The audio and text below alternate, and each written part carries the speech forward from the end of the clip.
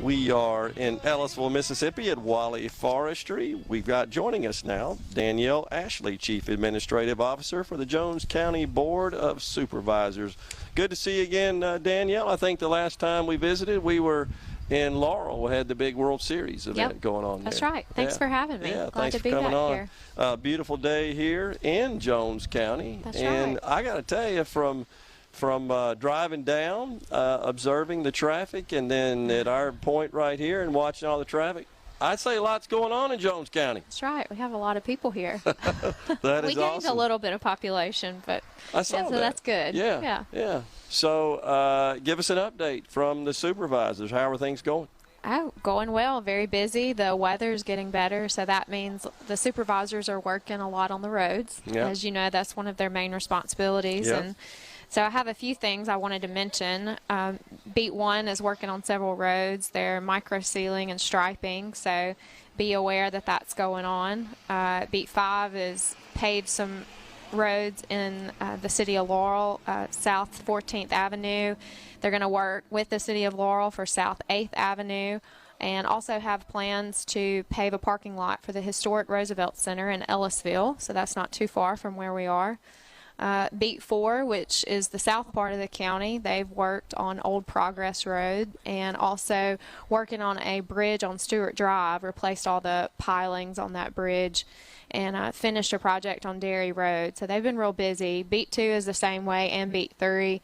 We received about $6 million, which is half of our allocation from the American Rescue Plan. The supervisors voted to put that money in their road funds as much as they can. There's a certain amount that they can put for any government purpose. So they voted to put that in the road funds, which will be a great thing because they need all that they can get.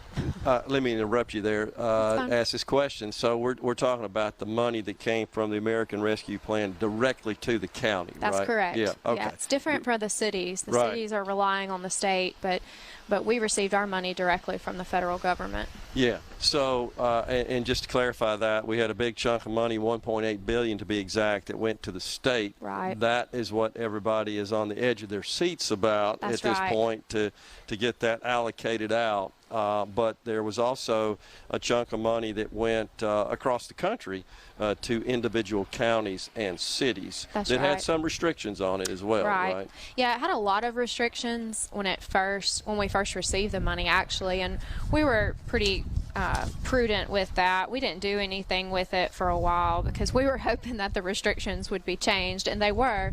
So it allowed the final rule was issued, and it allows us to use up to $10 million for any government purpose. Okay. So once that was issued, the supervisors voted to put as much as they could in their road funds. Okay.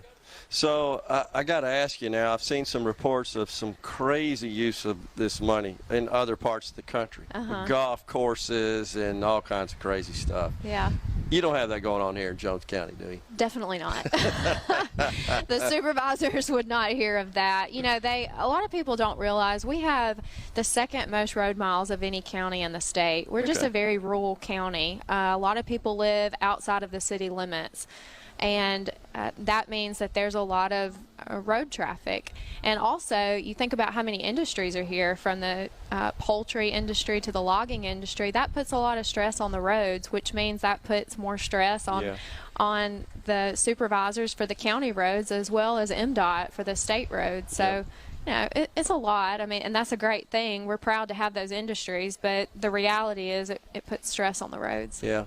How's the economy doing? Are revenues looking good for the county? You of course, get most of your funding comes from ad valorem taxes, right? Right. Yeah, we're very blessed, and certainly the federal money that we've received, that doesn't hurt either. That we've been able to put that money to good use, you know. So yeah, it's good. Has there been consensus for the most part on the part of the Board of Supervisors on how to spend that money?